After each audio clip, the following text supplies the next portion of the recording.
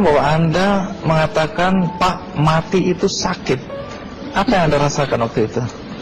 Rasa dada sesak, sakitnya tuh seperti ditusuk pedang, terus seperti kulit binatang dikuliti hidup-hidup.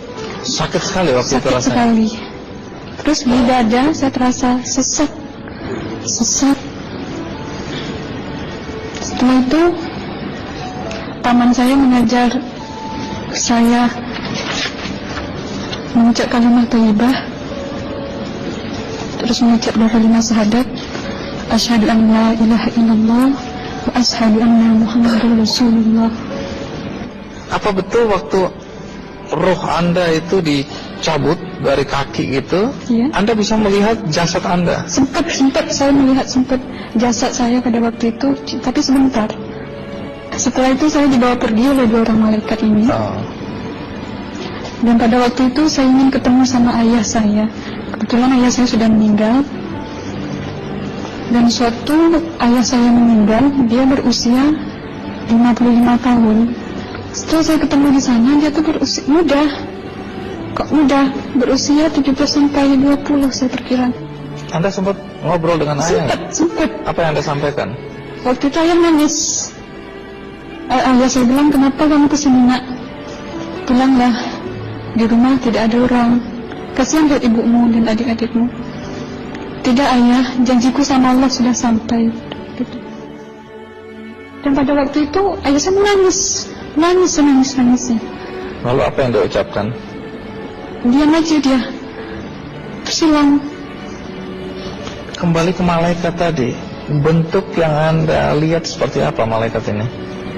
Dia ini laki-laki, tapi mukanya sama semua. Berapa malaikat? 2.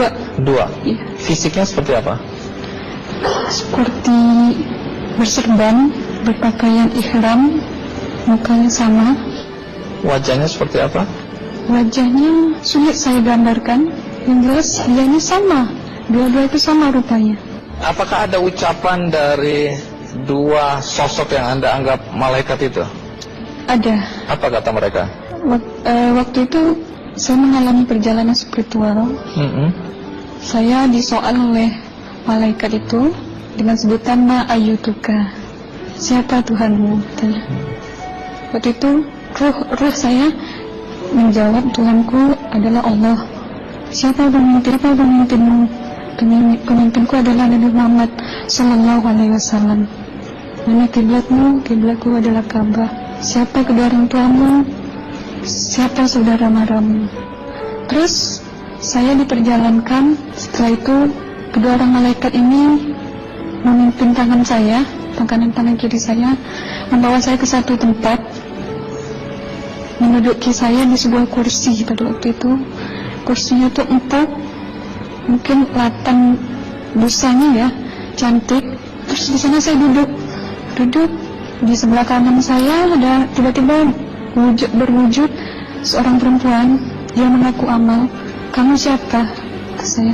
Aku adalah amalmu semasa kamu hidup di atas dunia. Dan selama kamu di sini, saya akan menemanimu sampai yaumul akhir, itu katanya. Dan pada waktu itu saya melihat perempuan-perempuan solehah berpakaian muslimah, berkerudung, mencium pipi kanan, pipi kiri. Mungkin salam perkenalan pertama waktu menduduki di situ.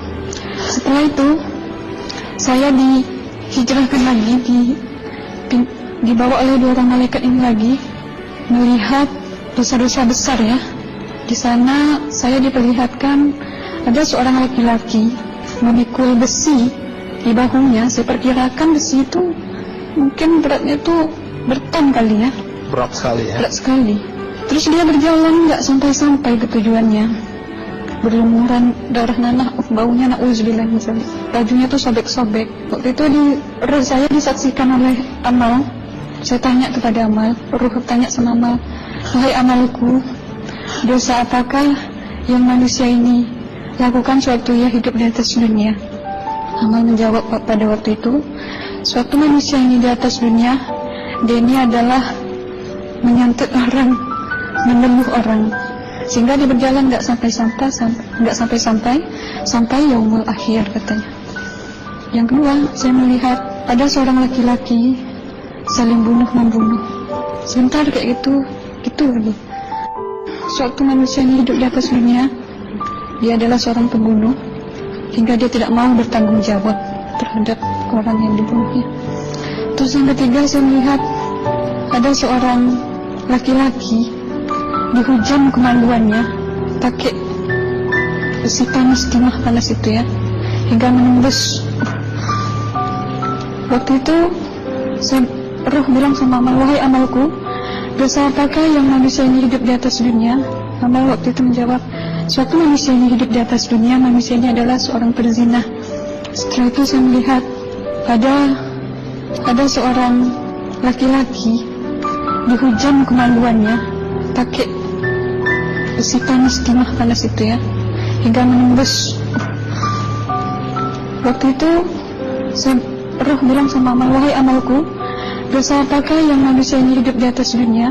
Amal waktu itu menjawab, suatu manusia ini hidup di atas dunia, manusia ini adalah seorang perzina. Setelah itu saya melihat ada seorang laki-laki disebati oleh rotan. Rotannya itu menyebati kulitnya tuh hingga lepas daging sama kulitnya. Itu amal menjawab, suatu manusia yang hidup di atas dunia, dia ini tidak pernah sholat Islam, hingga waktu matinya pun dia tidak mengucap 2 kali syahadat.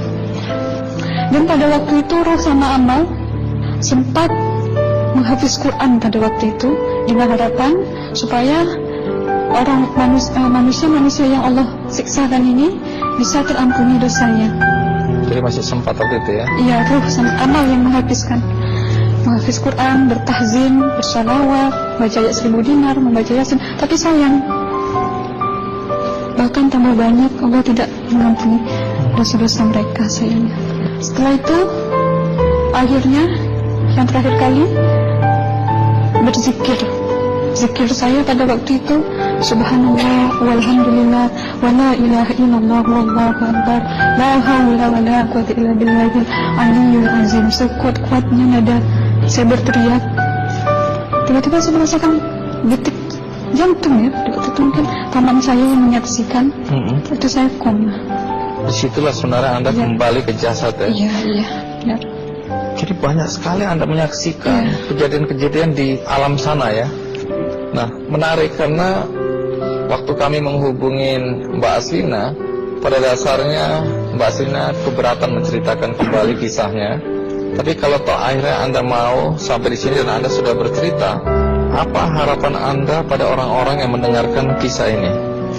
Ya, harapan saya pertama, ya lebih banyak menyambut puasa ya, lebih banyak mendekat diri aja sama Allah, perbanyakkan amalan soleh, perbanyakkan zikir, perbanyakkan sholawat, baca Quran, dan sebagainya.